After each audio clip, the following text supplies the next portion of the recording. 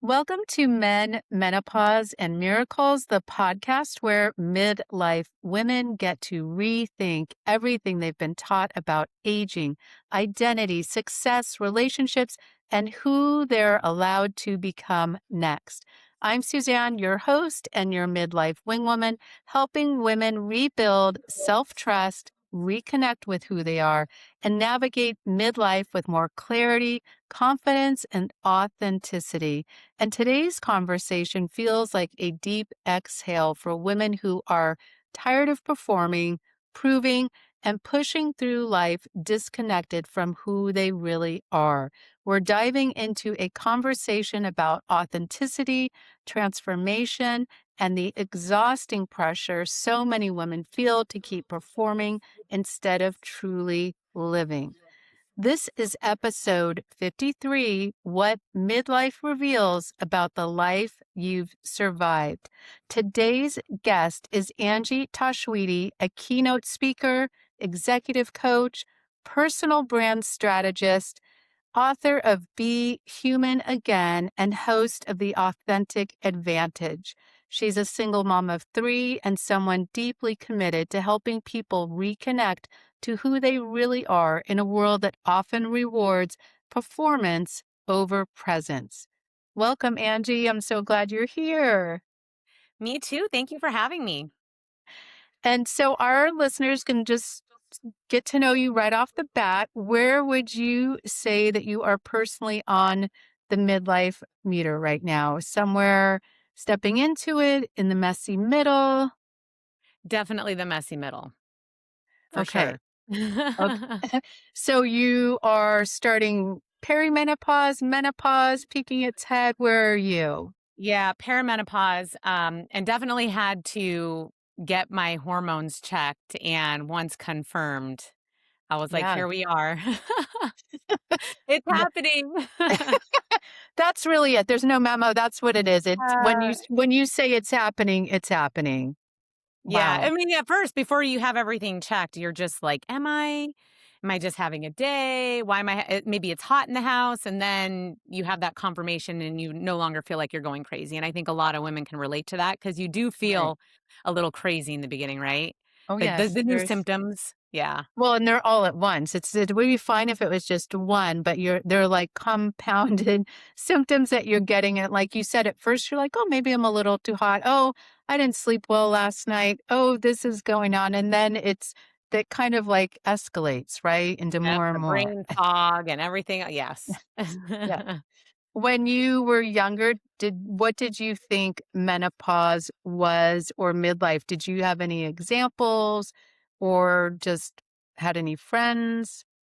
Well, when I was younger, I didn't necessarily have an example, just because my own mother went later in life, but my grandmother started full menopause in her late 30s.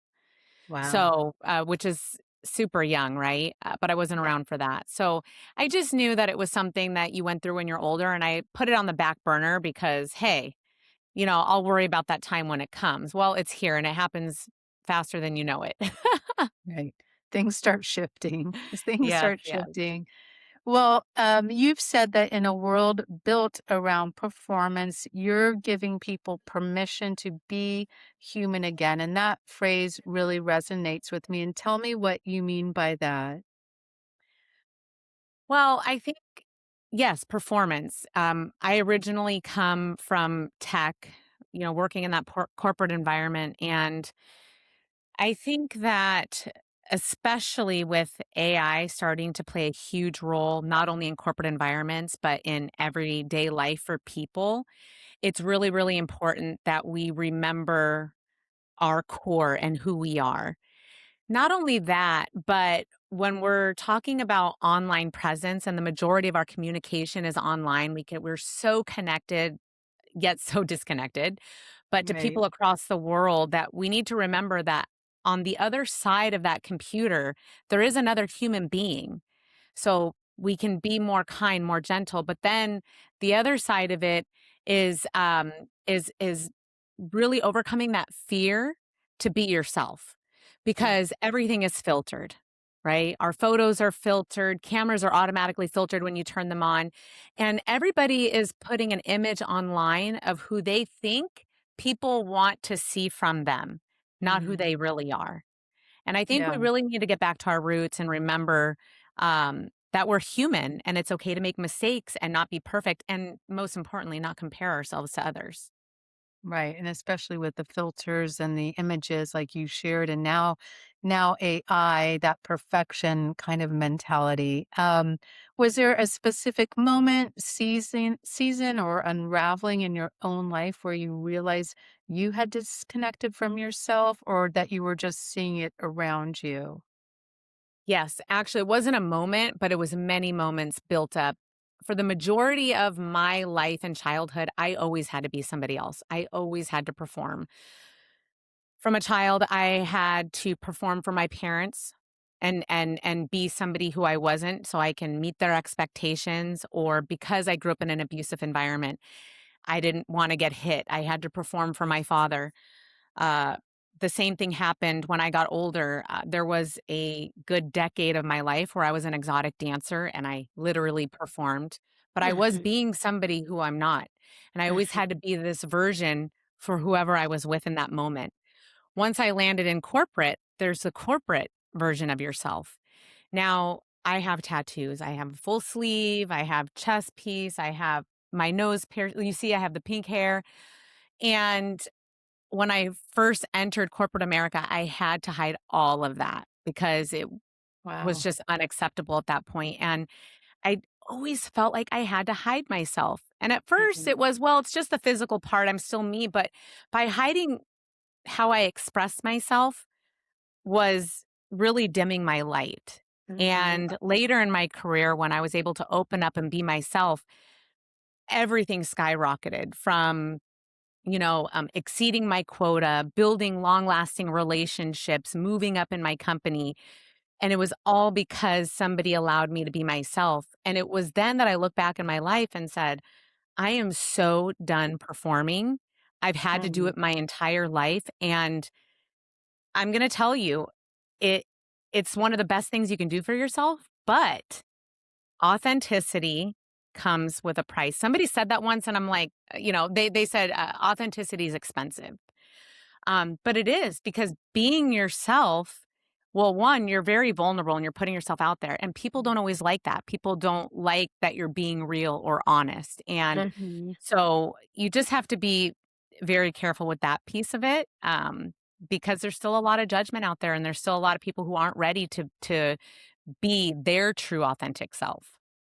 Yeah, I don't think we naturally walk around being vulnerable. And I like to say I have to find the safe spaces to do that. I think the first safe space is with myself. Like if I accept my truth and my authenticity, and like you said, it being expensive, I think of expensive in a sense that if I'm going to commit to that way of living, and once you walk into it, it's really hard to walk back out because like Yeah. you said, you experience this freedom and you don't want to the pain of hiding and all these things that you have to do. There's a pain element, but the pain element, I think, of being vulnerable or these other things, um, the rewards trump like experience if it's uncomfortable. Because like you said, it's uncomfortable Absolutely. for other people. It's also uncomfortable for the person sometimes when everyone else isn't warmly embracing you or like, hey, that's too much.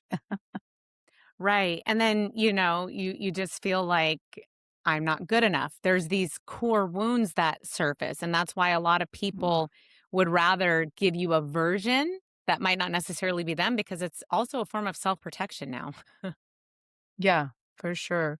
Well, you shared again that you didn't take the traditional path in tech, no degree, yet having a time as an exotic dancer, life as a single mom of three, carrying a story that didn't fit the traditional corporate mold. And I know as a recruiter, that's my background in talent acquisition. It was the very tried and true look for someone with the degree and experience. So, what was it like for you? What were you like working in high tech for those 15 years? How did you enter in? I know you talk a lot about self-leadership and personal branding is kinda how you Mhm. inched your way or got dove your way in, and tell us about that.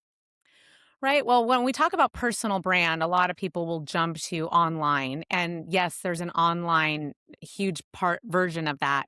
Um, but personal brand is really just how you how you make somebody feel when you're in a room or when you leave the room, what they say when you're gone. I've always been very, very good at building relationships. And even before I got into dancing, I took a few sales roles and realized, or I was always told I can sell ice to an Eskimo. So I leveraged that. And I did, once I got my first company under my belt and I had that on my resume, it gave me a little more confidence. But I did have to land that first job. And I did that by being myself. And I'll tell you, they initially turned me away. They Mhm. initially, so they had like a huge group of people come in and they took a certain amount, they selected a certain amount of people to onboard, and I was devastated when I didn't get the position. But about maybe 4 to 6 weeks later, I got a call back and the recruiter said, "Hey, we really liked you. We'd like you to come work for us."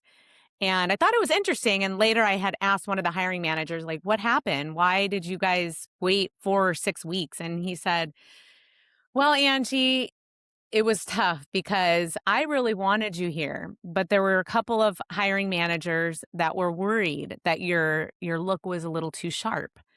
And he had said, "But this is what we need. We need that, type of person and innovation, innovate, Mhm. and by the way, I did end up receiving an innovation reward while I was there." Awesome. But yeah, it was once I landed that first position, it really helped set me up for the rest. But it goes back to how when we have a goal, it's taking those baby steps and realizing that sometimes when we look at the overall picture where I ended up or where I am today, I probably would have stopped before I started. Oh, I'll never make it.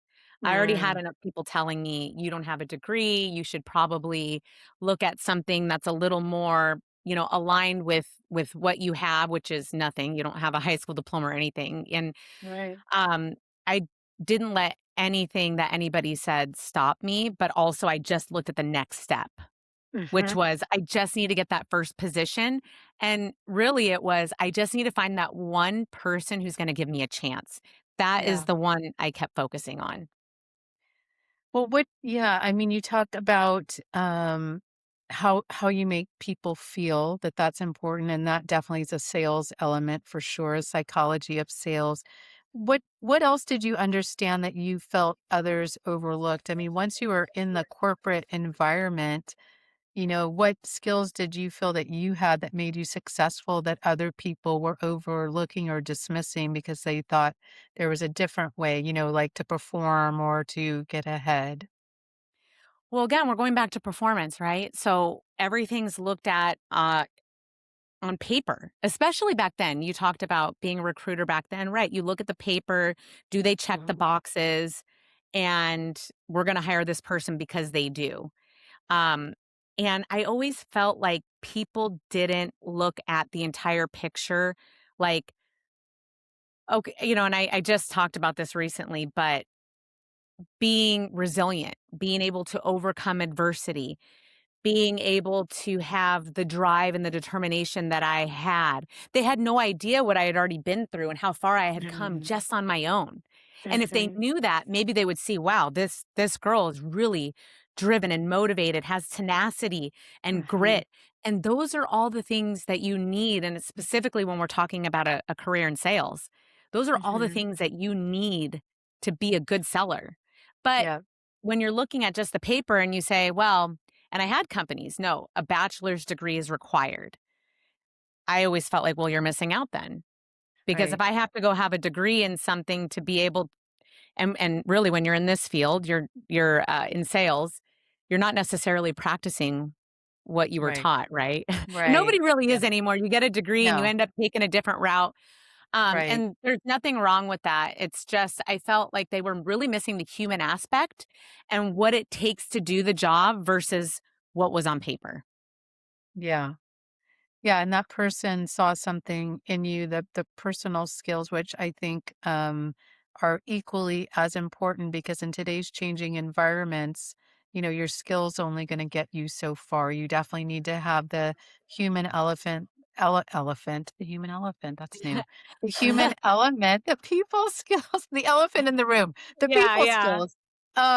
What ultimately led you then to leave corporate and step into entrepreneurship and the work you do now? Because I think so many women are quietly standing, especially coming into midlife, into similar crossroads where they're either burned out, they didn't get to climb the corporate ladder, maybe they did and they're done. So what led you to leave and step into entrepreneurship?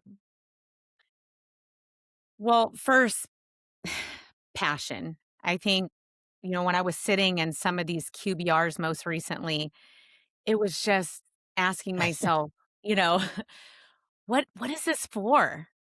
Like, let's look at the bigger picture. We're all going to die. And I think people Mhm. forget that because we don't talk about it enough. We're going to Right. die. You can expire tomorrow. And I'm sitting here doing this mundane work that's just so pointless. And I just lacked passion. Sure, I'm Mhm. making money. Sure, I love building relationships. I love the people that I work with, but I'm not really making an impact in this world or this life. Mhm. And Yeah. that's what I really wanted. I mean, you know, coming from abuse and poverty, losing my brother to suicide, Mm. huge needle mover for me. I want to help people. That's Mhm. what I want to do. And I wasn't, I wasn't doing that sitting in those QBR. So that was factor number one. Number two, we talked about authenticity coming at a price, right? Mm. And, multiple times I had been let go or fired because they didn't see my value. Because again, looking at the outside or she doesn't fit the mold that we need everybody to be in. And I was just tired Mhm. of that. It was exhausting. Yeah. Uh, Yeah. Environments are becoming more and more toxic. It's becoming more and more about the bottom line, and companies themselves are losing the human element. They're forgetting, Mhm. especially these bigger companies. I'm not talking about all, but they really are. They Sure. start growing and then they lose sight of who's actually driving the business and that we all have lives and that we all are human. We've all have Mhm. trauma. We all have, right? So, I made that decision because again, I wrote the book and I was ready to go out and help other people see the best version of themselves come to life now. Yeah, I love that you put your drive and personal passion behind yourself. And like that inward journey that I like to talk about in midlife, right? At first it's like putting it out to everything else, everybody else, especially the corporate environment, right? What am I supposed to do?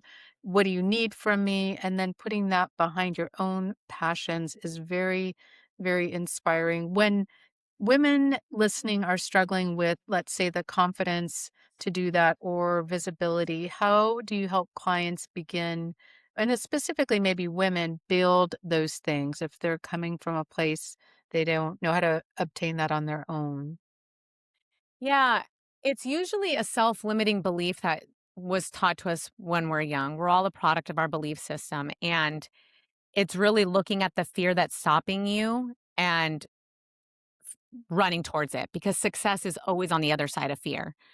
So, a lot of times your fear of failure, you're scared that it's not going to work out. What if this? What if that? Yeah, but what if you don't do it, right? Mhm. I mean, There's a and especially if cost. you have kids, I remember thinking to myself, I want to show my daughter that you can do anything that you put your mind to, and you don't have to rely on the system that's put out there for us. Mhm. But, beyond that, it's just listening to your intuition. It's so important because we doubt our intuition like too often, right? Right. And when something's tugging at you, listen to that. There's a reason Hmm. and go all in. You can't half ass it. You have to go all in. And that Hmm. would be my advice. So if there is something that you've been, you're listening and you're like, I've been thinking I want to do this or I want to do that, and you have all these buts behind it, but this or that. If you're listening to this, this is your sign from the universe Okay, because nothing happens, Today, this is everything it. happens for a reason, right? So go do it. This is your sign to go do it. Just Right. jump in the pool and, no flotation device. No float, swim. I do like your reference to because I'm of the same belief. I haven't spoken a lot about it, but I don't even know if I referenced it on my podcast. I will say this in my circles that, tomorrow's not guaranteed. Today's a gift. I don't know how much time I have here. So if we really take that concept, I think sometimes that could even trump the fear because it's like, wait a minute, time is a gift. It's not guaranteed. What are you going to do with it? Instead of this not thinking about that there's an expiration date. I can put it off till tomorrow, next month, next year, just like I did before. And then you have 5, 6, 10 years go by. And yeah, and midlife for me is that moment when we do start to get more time back because kids are growing, they're getting out of school, going to college. We have maybe a little more security as adults. So we're like looking at other things. And so I love that as just to jump. This is your sign. So your book, Be Human Again, feels really deeply personal. And so tell me how the book came to life for you and what made you decide it was time to write it. And congratulations, by the way. Thank you. I know, big accomplishment. I appreciate that. But before I dive into that, I do want to touch on one thing that you just mentioned, the time. One of my favorite quotes, I forget who it is. It might be Buddha, but the problem is we think we have time. And that's the thing. We Hmm. think we have time, but tomorrow An isn't illusion. promised. And so just having that in the back of your mind, the problem is we think we have time. And which leads me to my book because it took me 10 years to write. And eventually I was like, Angie, we don't know how much time we have. So, but no, it is very personal. It is about 20% memoir because I do relate everything back to personal experience, but it is written in such a way where you as the reader will be able to relate because I talk about the feelings behind it. So you'll be able to relate it to some other situation that you may have been in or know somebody who's been in. And each chapter at the end has an overview and a guide for you to overcome whatever it is. And then the entire second half of the book is all a guide. It's all personal development, you know, connecting with yourself and your intuition, law of Nice. attraction, mindset, all of that stuff. Because I'm a huge believer in, Nice. in energy, right? Energy Nice. attracts like. And so it's Yeah. very important that we sit down and we visualize and we have vision boards and we have, right? And so very inspiring. And the most important piece in this book, though, and the reason I named it Be Human Again, is I mean, there's a lot of humanity throughout that book, a lot of raw, very vulnerable stuff. But I initially wanted to launch and have launched the Be Human Again project. And tying back to what we discussed in the beginning of the call is um, being human. We talked about being connected with each other online. And right now, anywhere you look, it's, black versus white, red versus blue, left versus right, me versus you. And we're Mm, forgetting the bigger picture of we're all one, we're all human. mhm, And not letting these little things divide us. We can agree to disagree. We can have a different set of opinion. But what I'm seeing is if you have a different opinion than me, well, then I can just click the block button. I'll never see you again. But now you're mm, blocking perspective from your life. I mm, want us all to come back together as a whole. And that's what the Be Human Again project is all about. It's being there for one another and not mm. letting a difference of opinion Yeah, um, cut ties because we see it in corporate environment, as you know, like, oh, she used to be a dancer. Oh, she's this automatic right. label, right? And then it's automatic. Stereotypes. Yeah. And we got to Yeah. stop doing that. Yeah, and I think, like you said, with that either or black and white, the divisive thinking really even puts us, we lose ourselves. So we're not winning ourselves. We're not winning on a side. We're kind of losing ourselves individually and as a community as a whole, as a greater good. And, I even thought about that with the way politics have been the past couple of years. I'm like, how about Yeah. we just have something completely different because I'm so exhausted by how we operate in that sides or divisiveness. So I totally get what you're saying there. When I researched, I Googled be human again, and it was actually interesting that it said it's one of the meetings was about that phrase is about rediscovering authenticity, magic, and redemption. And so the word redemption really stood out to me because it means regaining possession of something. And does that connect to you and your story? It's sort of a redemption story in a sense that you've reconnected with parts of yourself? Yeah, so it's funny because I had researched that too when I was looking for titles, and it resonated with me. It was everything that I had written about. But I am the queen of transformation. I have transformed so many times in my life into a new person, and now by doing this work, I do feel like there's a redemption because I'm finally following my path and not somebody else's path, and I'm following Mhm. what I'm passionate about, and I'm allowing others to do the same. So I'm Mm. coming back with like a message and something worthwhile versus Powerful. like another transformation from one of my past transforms, right? Um, Yeah. so it definitely resonates. What was it like for you facing parts of yourself that were scared or disconnected or angry? Like what helped you through that process? I'm sure like I know myself, like I've used things that probably weren't healthy in the past and then now whether it's therapy, meditation, journaling, what helps you process those types of things personally when they come up? So I'm still dealing with that stuff. It's always ongoing, as you know, and I still have things that I need to work on and bad behaviors I need to get rid of. But what helps is the visualization, meditation is so important. Mhm. And I notice whenever I go long periods without doing it and I don't make the time for it, there's a huge difference in my life. But Yeah. those because at the end of the day, it's about mindset. And so when Mhm. I'm really, really lost and I need to get back on track and I can't even get myself to sit down and meditate, I read. And Okay. I read a book that's on personal development that's something that I need to work on because it re-inspires me to get back on track.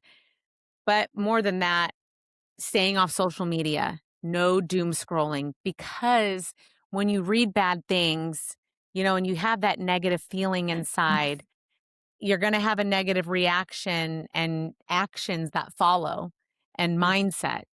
So it's making sure that we stay away from all that negativity, making sure that we're in the right circles and we're feeding our energy to the right people and we're receiving the right energy. So those are the most important things whenever I'm feeling because I'll ask myself, I'm feeling really depressed or I'm feeling just so irritated lately at politics or Right. this. Okay, well, have I been scrolling a lot? Yeah. Right. Have I Yes. been gossiping with so and so this week? I've done that. And so that's another thing too. Refrain Yeah. from gossiping. That's something that I try to live by where it's, you Yes. know, Yes. more of a listener, but Yes. don't No, those are partake. all good things. I love yeah, I and that's a work in progress for me as far as the not doom scrolling and just really reading a book like you said and filling your mind with like it's just to me like a washing of your mind and also your energy, right? That what you're putting in is what you're putting out. And for you, I love that you talk about unlearning because I don't think we talk about that enough in midlife. I feel midlife is like a key catalyst. If you didn't do it before, you're going to do it in midlife, whether you want to or not. Yeah. So so much of this season sometimes feels less about becoming someone new and really stripping away what was never truly us. What were some of the maybe one or two biggest things that you had to unlearn for yourself? Um, well, I had to learn that I am good enough, right? Because I had that core belief that I wasn't good enough because I didn't have the degree or because Mm. I was a dancer. and that I was less than. So that was probably my biggest thing. And once I overcame, again, built that confidence and knew that I was good enough, it led me to other Mhm. things, um, or other opportunities. The other thing I had to overcome would be uh, guilt.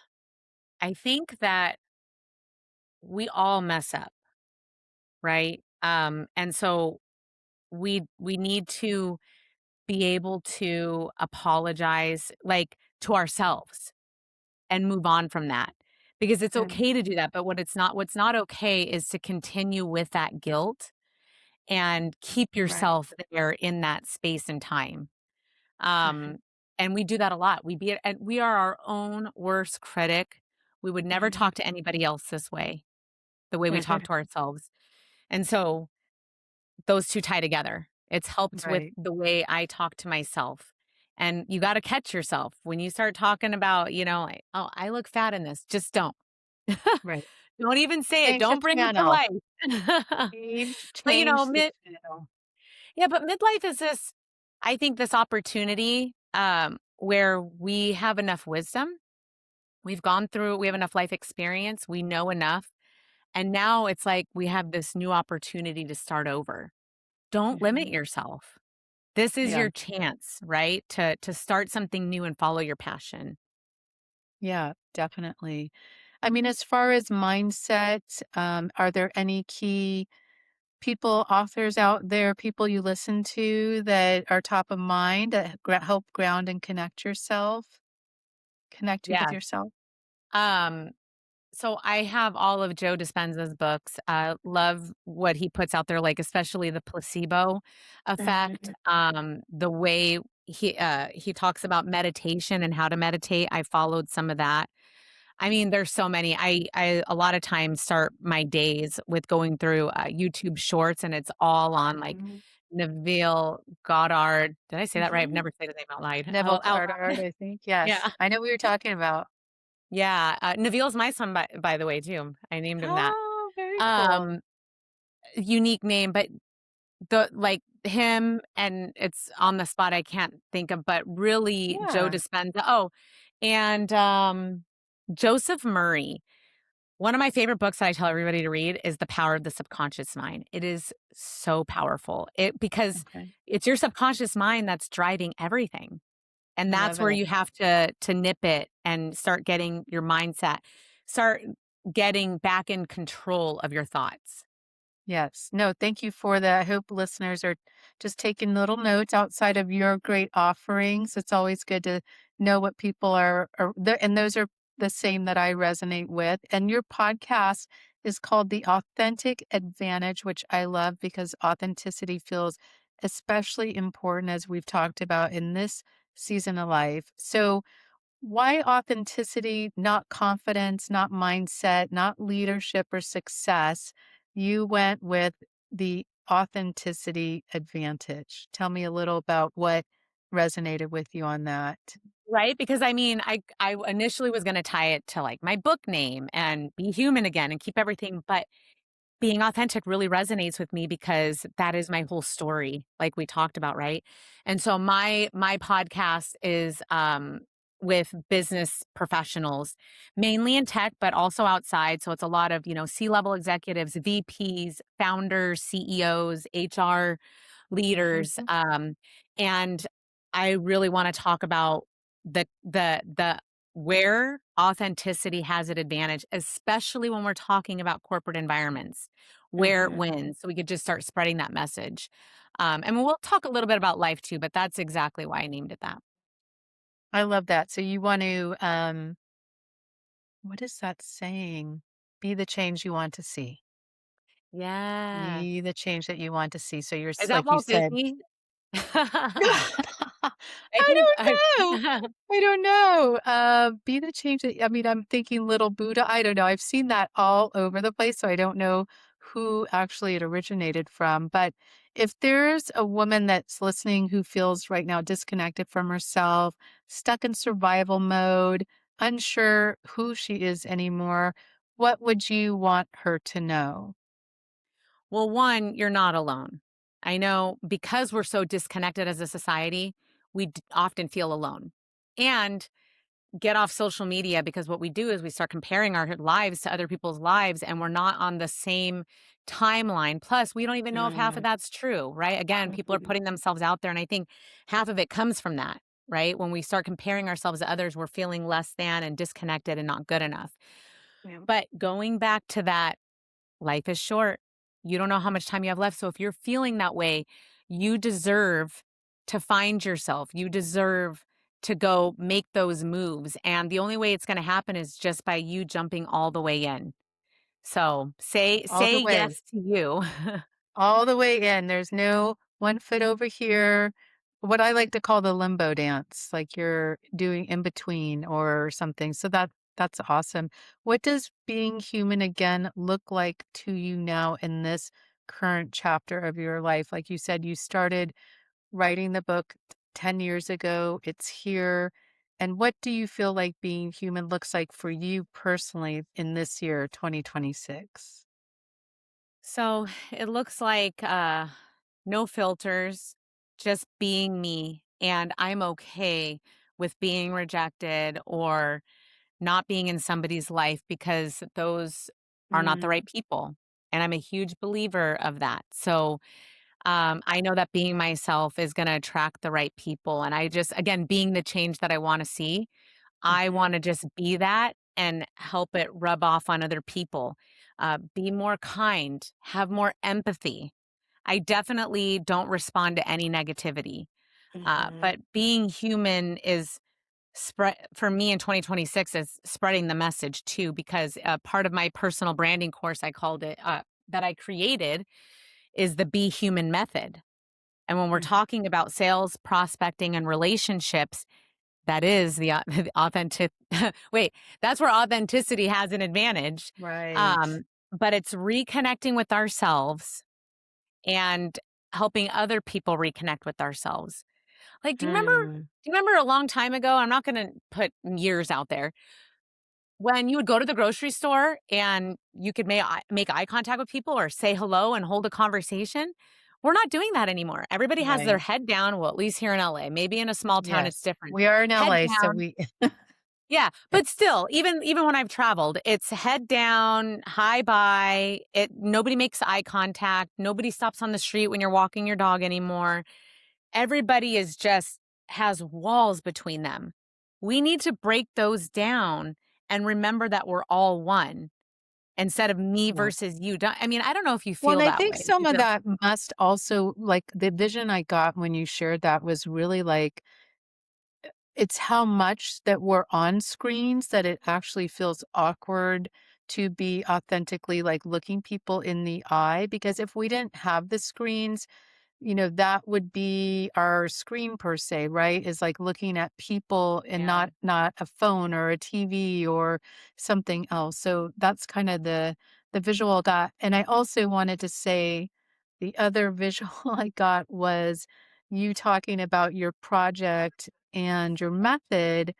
It's like I just what a pioneer you're going to be going in that direction, especially now with AI. I remember sitting in my therapist's office when I am a big person on connection, and she said, "Well, Suzanne, we live in a disconnected world." And I said, am I gonna have to teach people how to connect with each other? Like, is that going to be a thing of the future? It's a word, it just come out of me, but I see when the work you do that it is a reality and you're Yeah. pioneering that. And I just want to get behind you. And I know that it will take, the time is now and you're doing it. And it's such a beautiful thing. So I'm going to end with some rapid fire questions here, whatever Yeah. pops in your mind. Okay. What is the first thing that you do in the mornings? I'm gonna just be honest. I go pee. That's like the first thing. I get up and I go Okay. straight to the bathroom. Well, yes, I would say I could say after your morning pee, what's the first thing that you do? Brush my teeth. But look, Okay. the first thing I try to wake up at 4 a.m. every morning to work out. Because I have 3 kids, it's hard for me to get that in. So I I I also suggest early rising if you can. You get more day in, but I'll work out. Okay, you're a 4 a.m.er. I am not there yet. Oh gosh. What is the last thing you do in your evenings? Usually I read. So I will lay in my bed. I have a stack of books that I have lined up that I pick from, and I will put a little light on, read until I get tired and go to sleep. And then lately, something that's been really great is I will turn on YouTube with a timer on what is it called? Like subconscious Yeah. sleep messaging, Mhm. and highly recommend that too. Put the timer on. A lot of them have black screens so it doesn't interrupt you, but I Nice. realized how important it is because a lot of us go to sleep with the TV on, and I used to be victim of that. And when your brain's asleep, it picks up things like the Right. subconscious mind, and so you want it to be of value. To process good things. Mhm. What musician are you listening to right now and why? What's like, are you into music? Are you more Yeah, so huge EDM fan. Like I used to go okay. to raves and Okay, EDM, uh nice. yeah. I mean lately in my playlist I have always loved Cascade, Rufus, I like Rufus. Yes. yeah, yeah, David Guetta. Oh, I mean, yep. anything that's just like chill. And yeah, I like the beat. For some reason people are like, "Oh, it's like too energetic for me." For me, the beat kind of slows me down. Okay. Has a reverse effect. Yeah, must be Maybe the because your ADHD. energy's high and this kinda, like, brings you down, regulates your nervous system. What do Yeah. you wish more women understood about themselves related to the work that they do? Oh, you just that, related to the work that they do, Yeah, you what's are Mhm, I mean, especially so it just depends, where I automatically go because the fields that I've been in, it's been predominantly male, and mhm, so it's always reminding yourself that you are good enough and not to compare yourself because I think a lot of times when we're working, it's, us versus the male counterpart. mhm. And so people don't go for the promotions or they don't go for certain things that just don't get that out of your head. By the way, women, we just have superpowers. We can multitask like no other. We have so much on our plates, especially if you're a mom. So Mhm. remember that in the back of your mind. It's just, it's taking a while for the world to catch up. Right. Yes, and us also, yes, to realize Yeah. that. What is one way a woman could be more authentic starting today? Um, Sharing your feelings and by sharing your feelings, I mean, for instance, when you're posting, share not just your successes, but the failures in between, or if you've had a Mhm. bad day and allow others to be able to resonate with that because we see less of that and more of the Mm, successes. And I so love that's a that. good start. And if it's not online, it's in person sharing. I think Mhm. a lot of times we say, "Hey, how are you?" "Good, I'm fine." Or you say, Mhm. "I'm fine," even when you're not.